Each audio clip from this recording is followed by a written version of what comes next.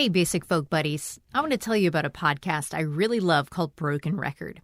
Each week, hosts Justin Richmond and Leah Rose sit down for in-depth conversations with musicians from all kinds of genres and generations.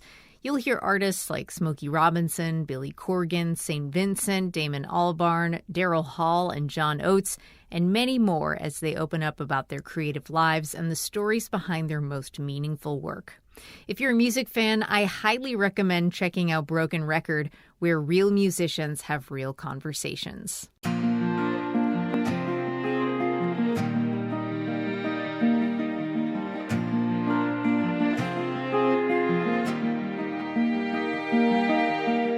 Welcome to Basic Folk, where we have honest conversations with folk musicians on the bluegrass situation. I'm Cindy House. I am the host of this podcast. Thanks for listening today. Today we have the incredibly wonderful, talented, legendary Frazey Ford. Frazey has reissued her sophomore solo album, Indian Ocean. We talk all about that collaboration. Before we fully dive in, let's get into how you and I can stay in touch. Let's talk about what really matters.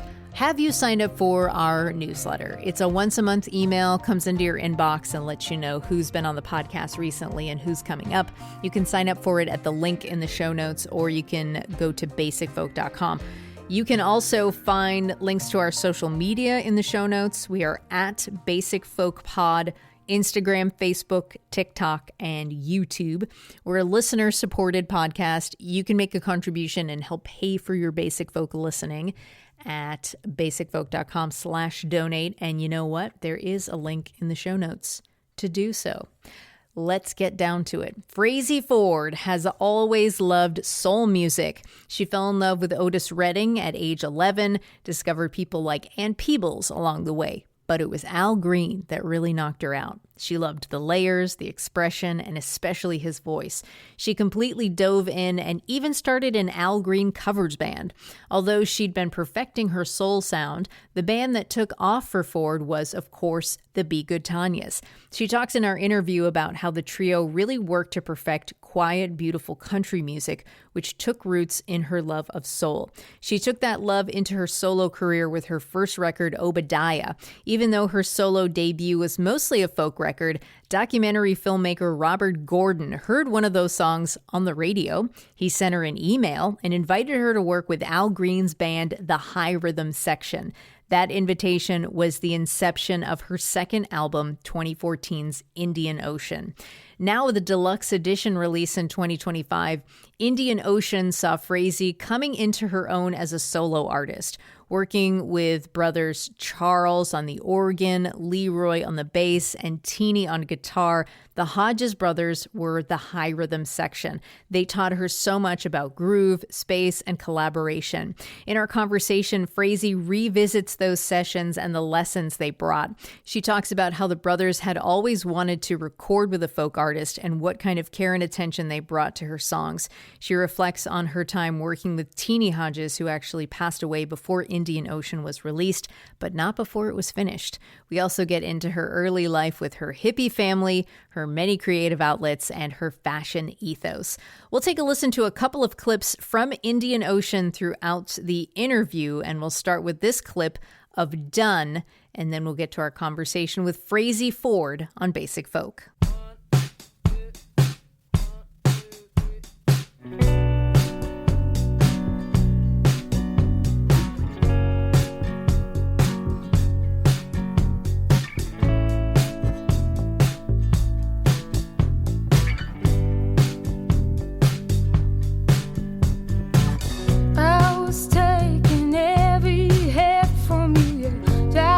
Shooting son of a bitch, and I'm done.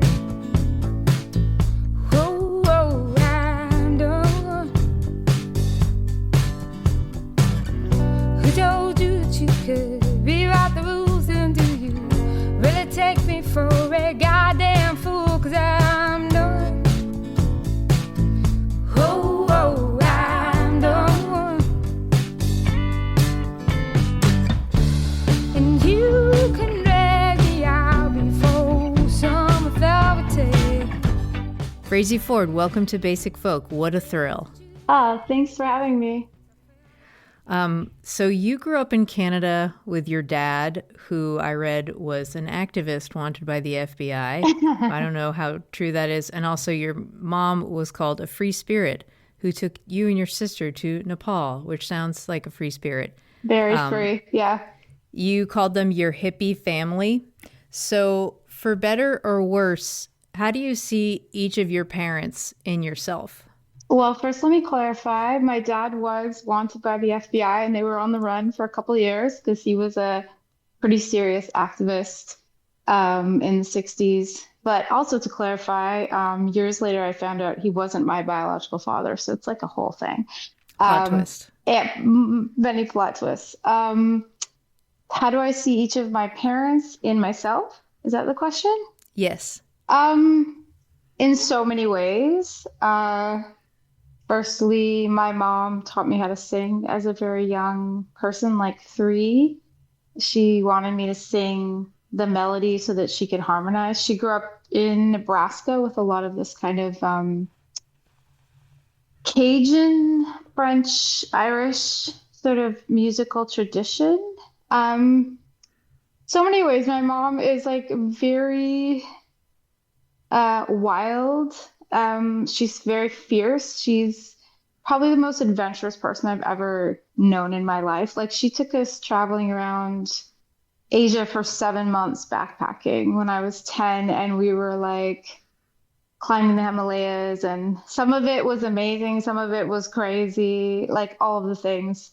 So I guess, yeah, my mom was like very independent and very self-motivated and very tough and very fun, you know? Hmm. But Do she, you have similar singing voices? yes, Cool. I would say that so much of my style actually comes through her. I mean, I was more drawn eventually to learning kind of more sort of soul.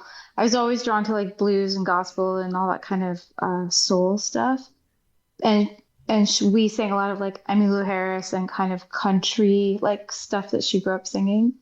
But her voice is very similar to mine, and like it was just kind of a thing that was always around that wasn't really a big deal. Like so yeah, I definitely like the musical tradition kind of comes straight through her. That's cool. Yeah, and then my dad was a poet and an artist and a general like outside the box thinker in so many ways. And yeah, he kind of had that dedication to art, and very like anti-capitalist and very questioning of sort of systems. But it wasn't like any kind of idealized childhood. It was like there's a lot of tough things that we all live through. But a lot of his, I was really given the permission to, um, like when I was young, he was like, just follow your heart, and um, that kind of thing. It's sort of given that permission to be an artist if that's what I wanted. Right on. Like you were mentioning, the music that really struck you was soul music, even though you listened and were exposed to all sorts of music. But it was people like Otis Redding and Peebles, and from what I understand, especially Al Green, who you first heard when you were 11 years old. Do you recall what it was like when you first heard Al Green? And also, like, what is that feeling like for you now when you hear Al Green, especially in thinking about reissuing Indian Ocean with that you recorded with his band? Um, I heard Otis Redding when I was 11. It totally changed I just thought it was the most beautiful voice I'd ever heard in my life. I still feel that way. I didn't actually hear Al Green until I was like 19 and I was in London and I was kind of in the middle of like a kind of a nervous breakdown. It was a whole part of my life. Oh, But geez. the first time I heard Al Green, I was Love and Happiness, and I was in the attic of a house in London with my friend Juliet, and it just like blew my mind. The layers, the expression, the particularly like his voice, but also the organ. I thought about that music for so many years and listened. I had a cover band. I played Al Green. the way they work together as a team, every single instrument just to me just embodied so much sort of spirituality and love and strength. And to this day, whenever I hear anything that those guys did, it's just, I don't know, it's everything that I've ever wanted out of music. Like, um, the way the arrangements are, the way they flow together, all the space that's given, but all the intuition that's used as well. And um, yeah, I still feel very insanely blessed that I got to meet those people and work with them because they're still Yeah. my heroes, like completely. Amazing. I have so many questions about working with those guys on Indian Ocean. But what's interesting to note is that you love soul music. You mentioned that you had an Al Green cover band, but the sound that took off for you was folk and country with the Yeah, Be Good Tanyas. yeah. Can you talk about how you work to incorporate your love of soul into that band, or how you see or saw a through line of country and soul? Yeah, well, I was kind of always weaving back and forth between these sounds. Like to me, it was a surprise when the Bigatanias took off because it was almost like this like nerdy study group that we had because I was obsessed with like 30s gospel and blues. Sam was obsessed with 30s like country, and Trish was obsessed with these music. She was learning how to play the banjo. And I had grown up singing that kind of close harmony style. So meanwhile, like Trish and I had a separate band that was kind of a little bit more like a soul band. And then I would sing with my mom all the time, or I would sing with friends. So I'd always have like a band, and then I'd have sort of a sit around the living room kind of like share song sound. And to me, the Big Tanya was kind of that sit around the living room, like close to my heart, kind of private music that I would sing with my mom. And I just never Mm. really thought of it as stage music. It's weird, but I just never really thought of it that way. But I think that like, and I was thinking about this also too, like the Buena Vista Social Club, like those kind of bands, like because I started out in these bands and there was always like, it was the 90s, so it was like there'd always be some guitar player. It was all about being loud and so I was forever seeking the subtlety of arrangements that could happen in an acoustic setting, but also bring that to like a band setting. And so all that kind of like thought and sensitivity that goes into an Al Green arrangement or like a Buena Vista Social Club, I from the get-go was kind of, we were bringing those concepts into the Bigatanias. And I think that we sort of artificially separate country from soul and folk, and they're not that far apart. So, you know, it's just a little bit different instrumentation, and then you're moving over to soul versus kind of a country sound. And there was always like, if you listen back to those albums, a lot of those songs with slightly different instrumentation could be soul songs. It's just that we were, those kind of close harmonies really push it to that kind of more almost like Hmm. bluegrass sound. So it was like, for me, it was a bit of an artificial separation, but because I loved all of these music so much, I was always trying to figure out how to knit them together in some way. That was like Hmm. constantly sort of an obsession that I had. Yeah, their Bigotanias definitely have a groove to them that I feel like has kind of like laid the foundation for anybody who wants to have a trio of close harmony singers together. Now, when you say like, I want to know how it felt like with the Bigotanias, like you're saying that like the Bigotanias were quiet in a time where it was the 90s, so everybody was being loud. And like the music that you were singing with your mom was kind of like a private type of music. So, like, how did it feel to take that quiet, private music and perform it so publicly? Yeah, it was interesting. Like, I think that because I grew up with my mom singing all the time, and it was really just like furniture around the house. It wasn't like it wasn't a big deal. It was just part of life. And so it was always kind of surprising to me how much people responded to that music. Because it to me was just sort of a very natural extension of kind of my family. And I guess in a way I had it in my mind that there was like entertainment music and there was sort of just kind of natural music almost. I don't know. It's kind of Hmm. funny. So it's almost like it isn't until more recently that I've been able to look back and be like, oh yeah, I get why people have been so into that sound, But like Yeah, yeah. at the time, it was sort of like, I was like, yeah, we're just singing together. Like that's what we're doing.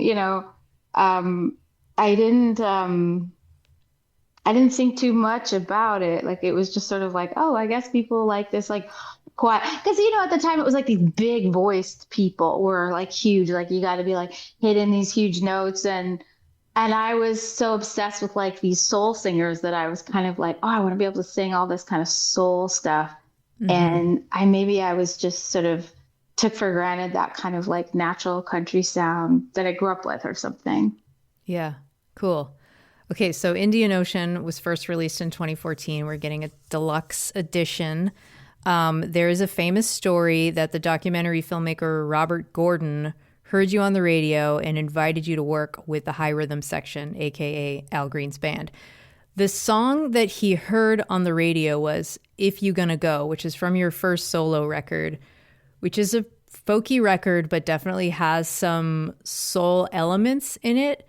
How surprised were you that he heard your love of soul music in that song, and how validating was it to get that call?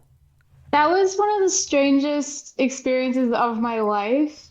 I also just feel like I don't think I was being played on the radio in Memphis very often. And he heard the song while he was like getting a tire changed.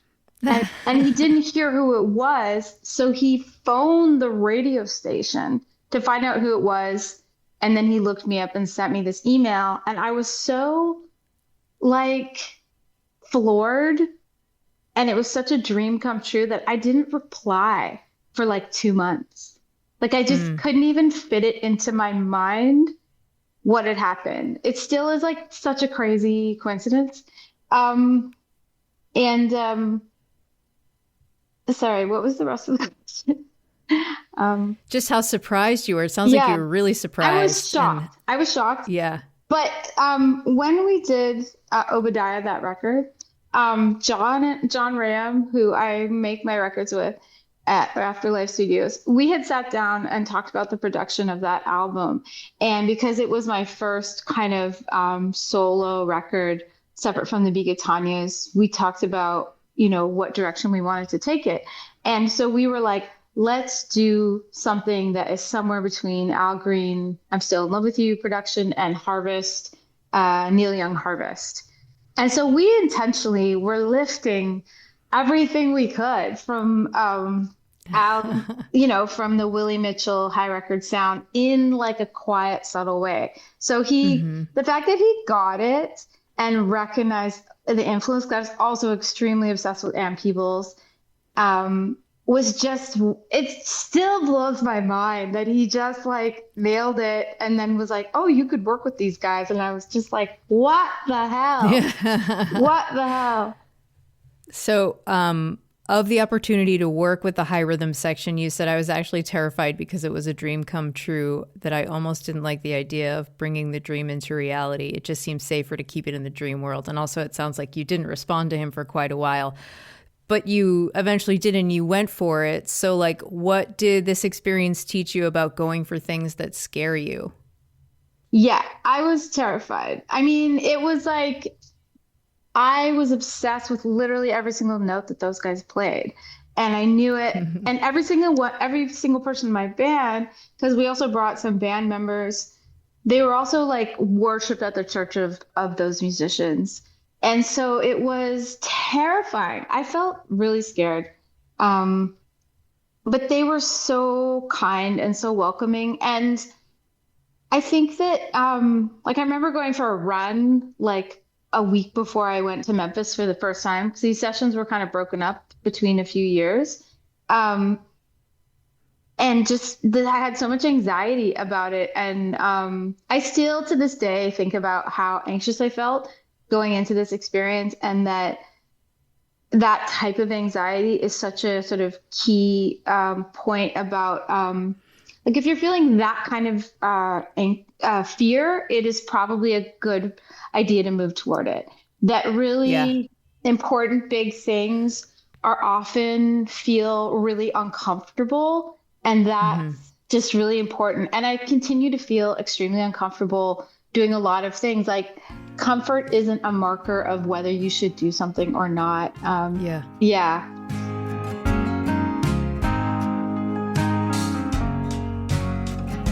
It's so cool to be able to like identify that type of like healthy anxiety. And also speaking of nerves, I heard that when you got down to Memphis, which was very soon after you like made the decision to go, you did not have many songs written.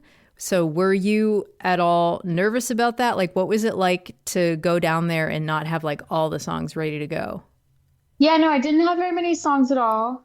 Um, I had a few songs and and it was just kind of almost like the beginning of an exploration, like how was this going to go? It felt really scary. It felt very raw. I'm still like that. Like I'll go into the studio and kind of not know what I'm going to do, and it still feels scary. How Like free spirited of you. I just kind of like sometimes I really feel like every album I learn over and over that this piece of work has it's like you're a conduit for it, but it has its own intelligence. It's just kind of using you, and you feel so lost and like human and confused.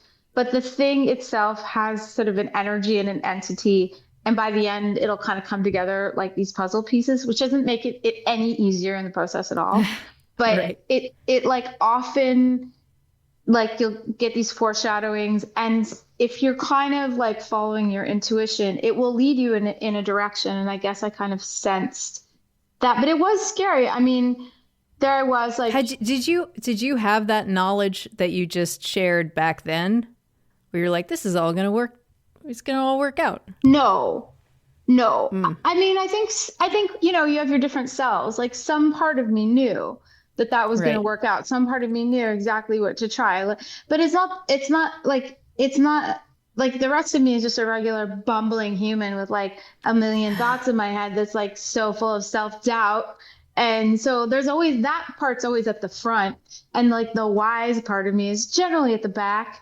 And Right. you know, like my friend, one of my close friends, is always like, when you start talking about a different career that you need to go to do because all this is too crazy, that's when I know your album's almost done. And I'm like, okay, I'm glad you know that, because I'm always pretty convinced that like I don't know what I'm doing at all. So it's like that. But yeah, we did that kind of exploratory um session, and yeah, and then I kind of went home and like had writer's block for a while, and Ooh. just thought about it for a long time, like what was I going to do, because I didn't want to make like a sole record. I wanted to do like a real collaboration. um Mm-hmm. yeah, and also I think that they were like, oh, this person's, you know, maybe they're like, oh, she's coming down, she just wants that Al Green sound. And once they figured out that I really wanted to like collaborate with them and create something new, they showed up early, and they were like so excited about this whole project, and they were so sweet and so lovely. Yeah. What was that like when they realized, like, oh, Frazey actually wants us in on this, like 100%? What was that like for you to have one of your favorite bands suddenly like fully invested in your songs? It was amazing. Like I have a clip actually of Teenie showing up like the second day, and he's dressed all in turquoise in a turquoise car with like all this turquoise everything, and he's like sitting in the car blasting Fleetwood Mac, and he's like kind of like Fleetwood Mac, like it's so awesome. Or when I can't remember, but they just like they started to really open up to me, because I think that I was showing them a lot of vulnerability, and um I think the music that I was bringing was pretty like close to my heart, and I think that they just started to sense that like this was a real like honest kind of collaboration, and they just were so open, and they said Mm-hmm. that they'd always wanted to like collaborate with a folk artist. It's something that they hadn't really had the chance to do. So I got to know them really as people, and still feel close to them. Like they're so lovely. Okay, a million more questions about this. You've spoken of the band's relationship to groove and space. So how did working with them on Indian Ocean expand your relationship to groove and space? Yeah, so many ways. Um, I mean, they're an entity.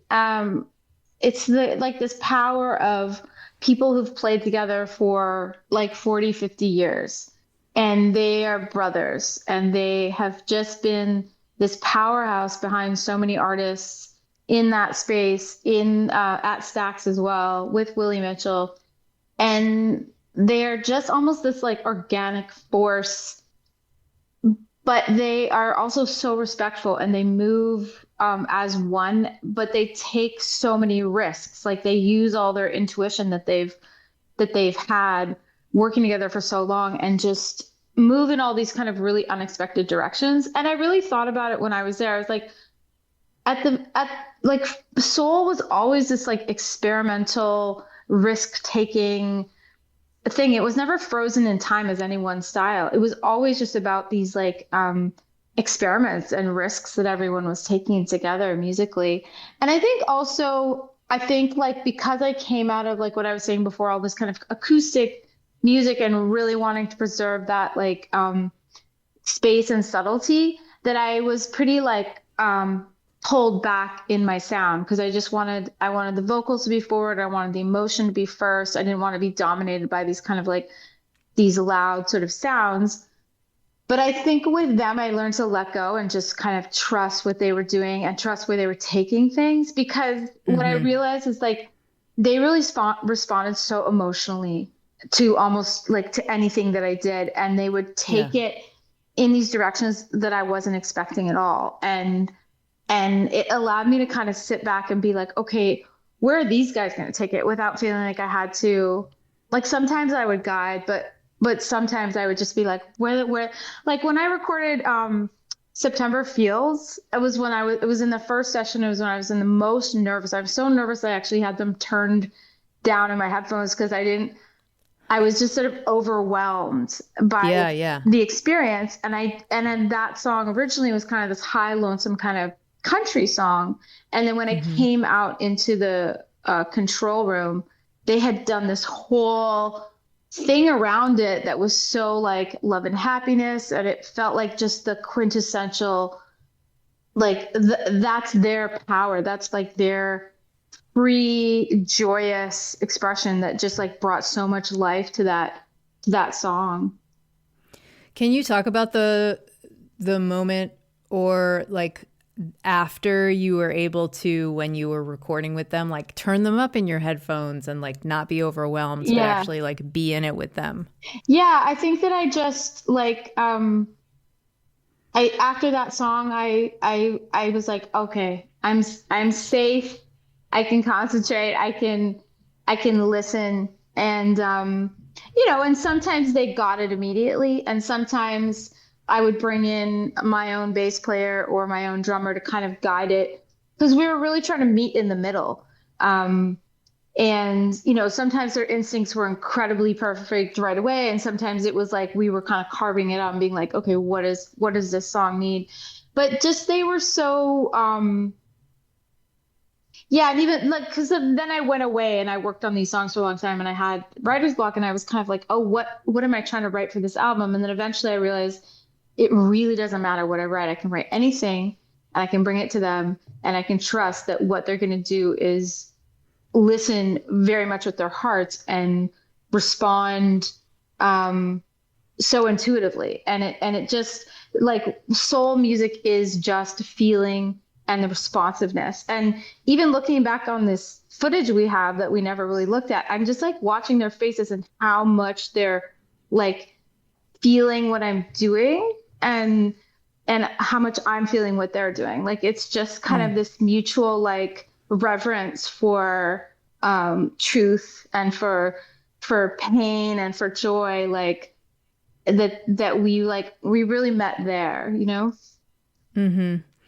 I don't know if you've been in an experience like this again, but you're somebody who is used to collaborating with close friends. So how did this experience of working with people who didn't know you help to build your confidence in yourself as a leader, like in unknown situations in the studio or other types of like musical unknowns? Yeah, I think like I don't do that very often. Um yeah, that's interesting. I mean, I think it really affected how I work with my band, and that in a lot of ways I learned to just kind of to let go a lot more.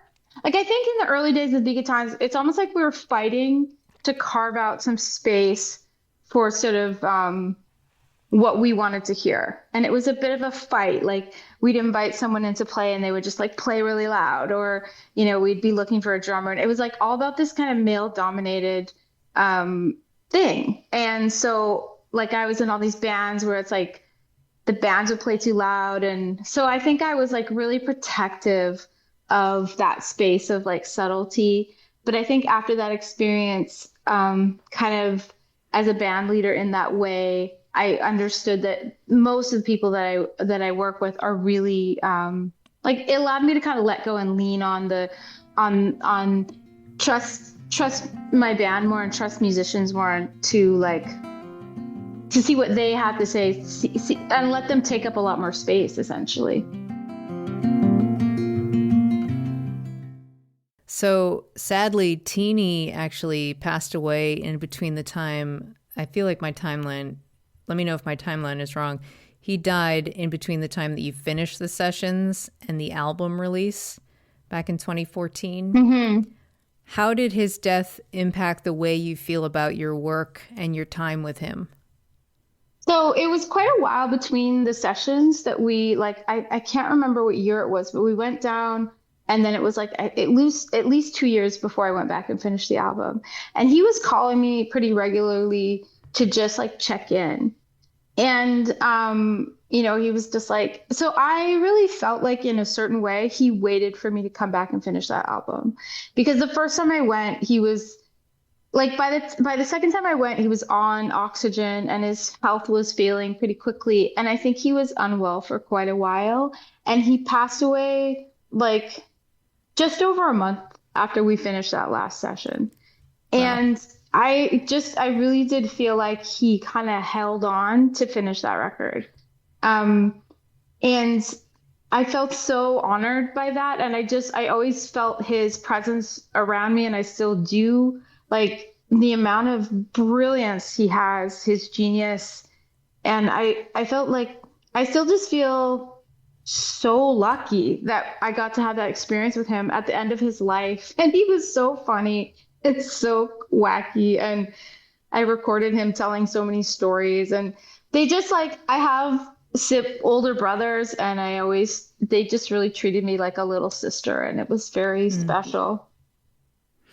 You mentioned this earlier that Teenie had told you that the band had always wanted to record with a folk musician. Yeah. So folk music is all about telling a story, and soul is often about the pure emotion and the rhythm. So what was their approach like in terms of supporting the stories found in your songs? Yeah, I think I think for them it was more, yeah, just like similarly, because the story is the feeling. It's the same. It's the same thing. There's just more, there's maybe a little different descriptives, but I think they really respond emotionally. I mean, at one point I was like a little nervous about the song Done, because I always thought maybe it was like a little negative or something. And Charles, who's the keyboard player, he was like, he loved it, but he was like, as long as you're okay, like as long as you're not holding on to this thing, because that's, he had some like spiritual, he's a reverend. So he was like having his opinion about like not wanting me to stay angry. And, but I felt like it was the same. Like I felt like they responded with the feeling regardless. So the writing on the record is filled with some fraught, pretty confessional songs like Done, What a Banger. How do you attribute the way you were writing to the collaboration with the brothers, if at all? Yeah, I think that the idea of the collaboration shut me down for a little while because I had it in my head that I was writing for this soul record.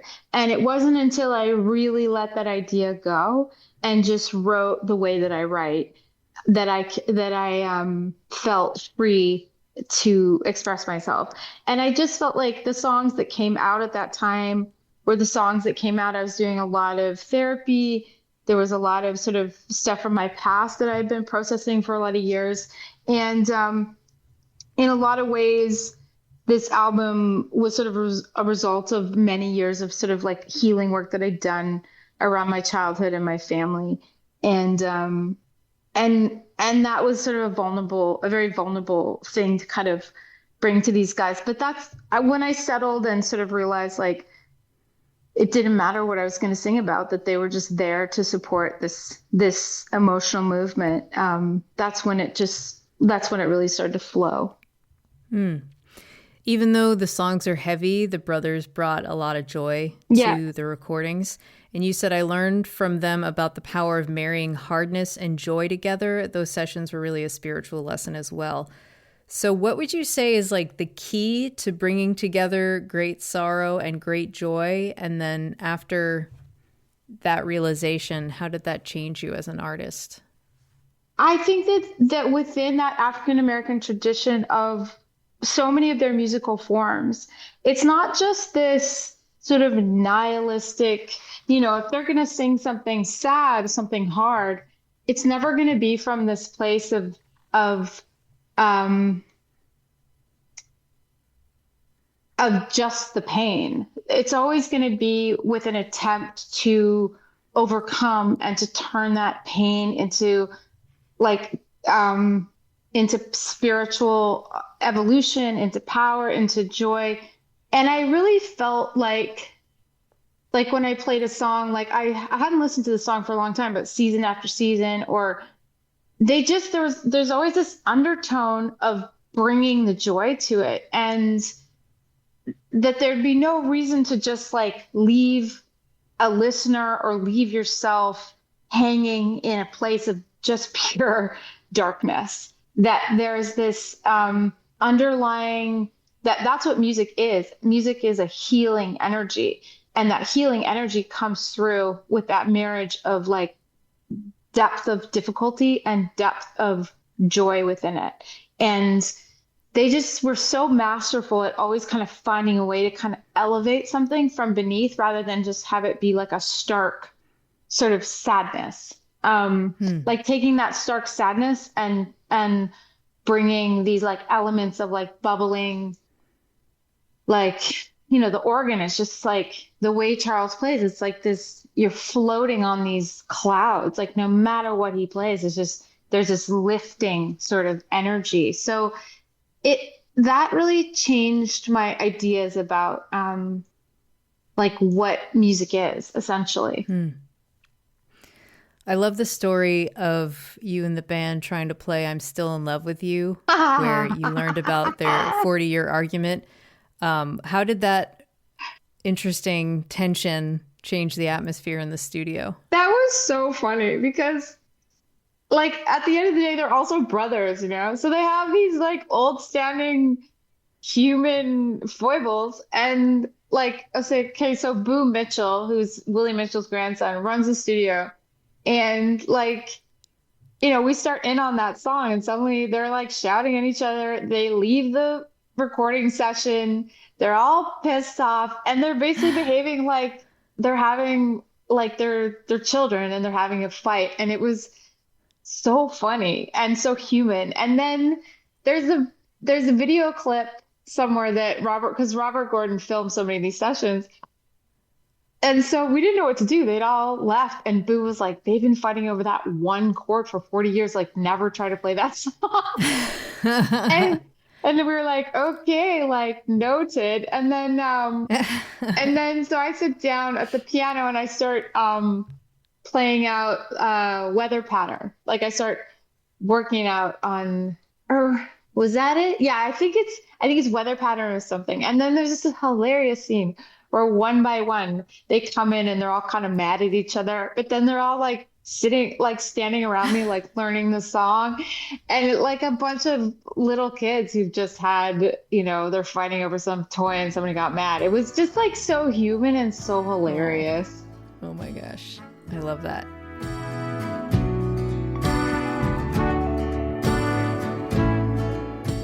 All right, I've got a couple questions about your other creative outlets. Here, let me list them: sewing, painting, ceramics, making lamps, pattern drafting, to mention a few. And you say music as a creative outlet has more pressure by being public, so I like to reclaim my creativity and lose the sense of an audience for a while, which is so smart. It seems like you have so many other skills and also the skill of being able to pick up other creative outlets. How do you go about approaching a new creative skill and how do you feel that impacting your musicality? I really just let myself be curious about whatever.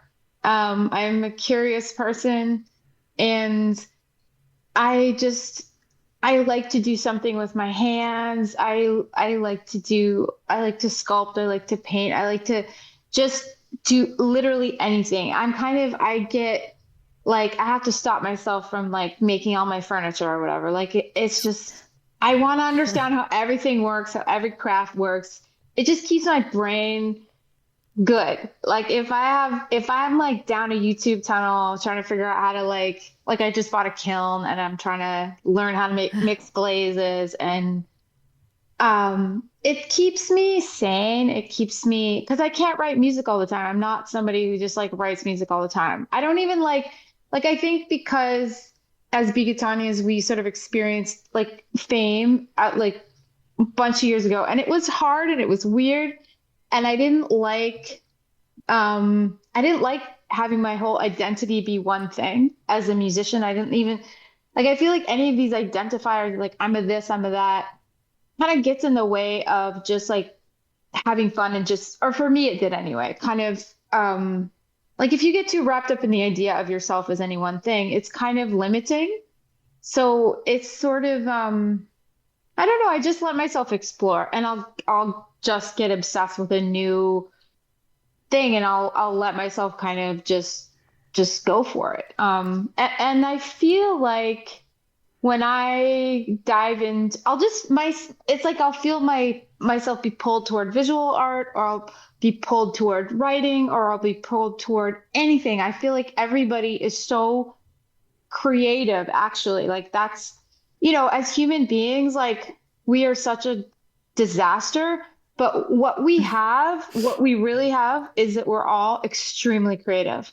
Like every single one of us is naturally incredibly creative. Like it's the downside is that we're creatively self-destructive and we're creatively stupid in so many ways. But really, like I think humans harnessing their creativity is like it's such an untapped potential in all of us, I think.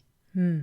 And all creative forms relate to all creative forms. So anything that you learn in one area, you can transfer that to another area, because it's all just taking risks. It's using your intuition. It's making decisions. That's all it is. And the less good you are at something, the more you have to sort of learn about yourself by trying that thing.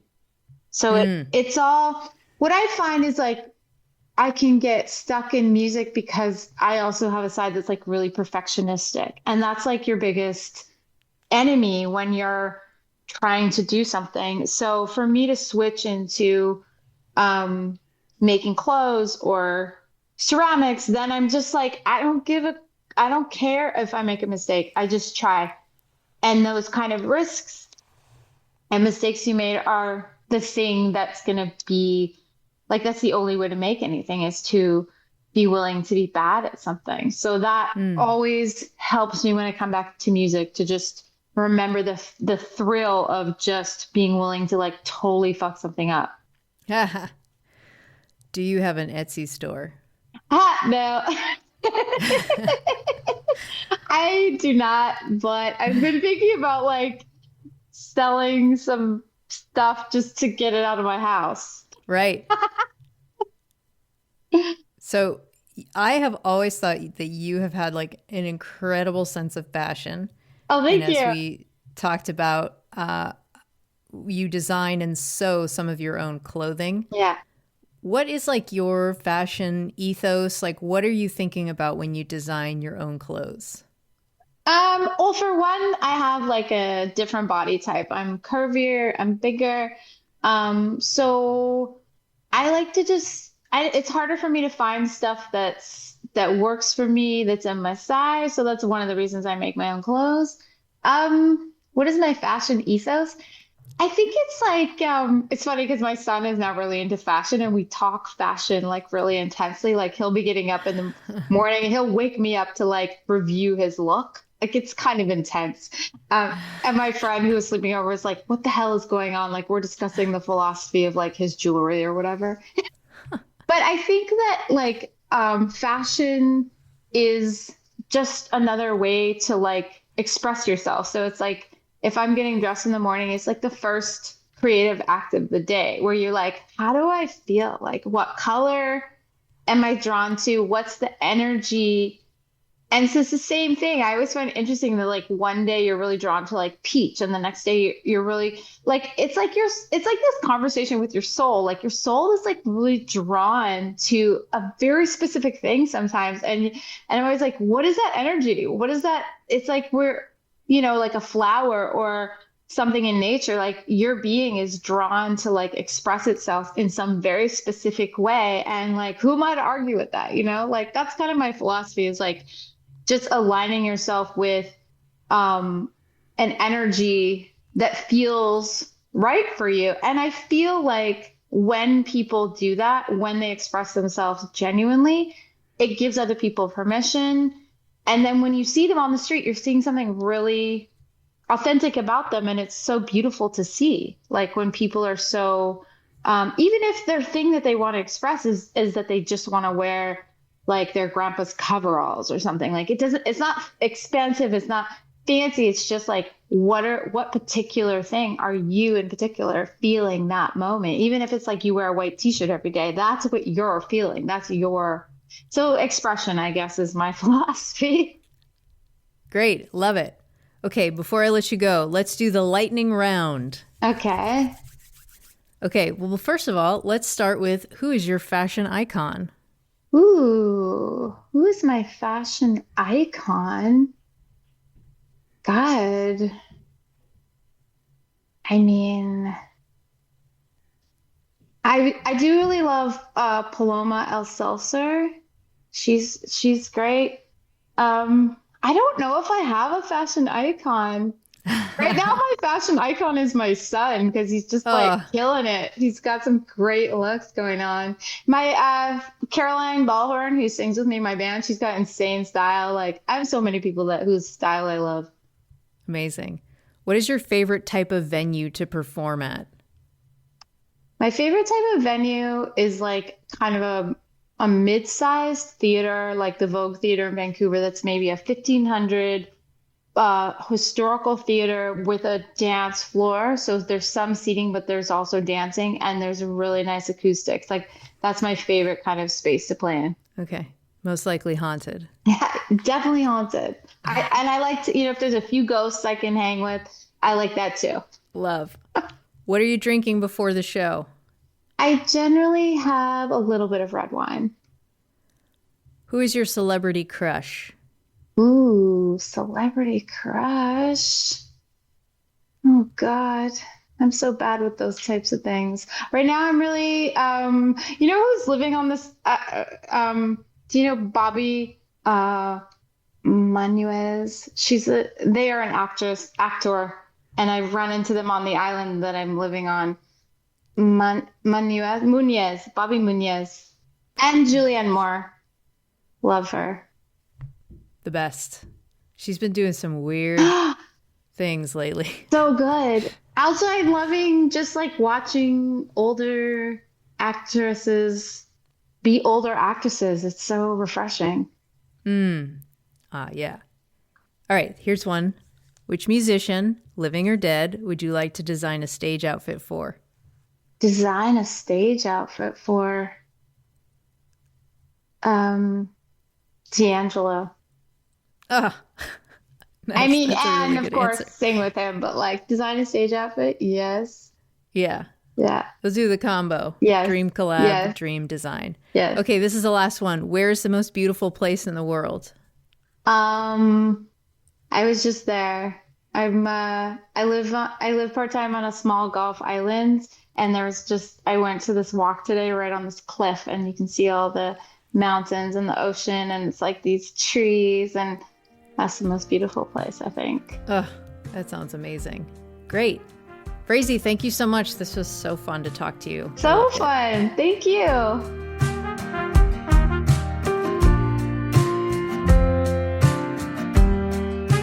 This episode of Basic Folk was produced by CJ Nungesser. Dietrich Strauss composes our music. Basic Folk is a production of BGS. You can find all of our episodes there. You can check us out on folkalley.com or Folk Alley's mobile app. Search for Basic Folk on the SiriusXM app. You can go to our website, basicfolk.com, or you can listen wherever you get your shows. If you enjoyed this episode, perhaps you should share it with a friend, like maybe your friend Rachel, who you think of all the time when you're like thinking about the Bigatanias, because you like mentioned one day that you were listening to the Bigatanias and she surprised you by saying, "Oh my God, I love the Bigatanias." It just like is kind of mind-blowing how far of a reach that band has. So maybe Rachel would appreciate this episode of Basic Folk, so send it to her. All right, we'll talk to you next time. Thanks for listening all the way to the end. Bye.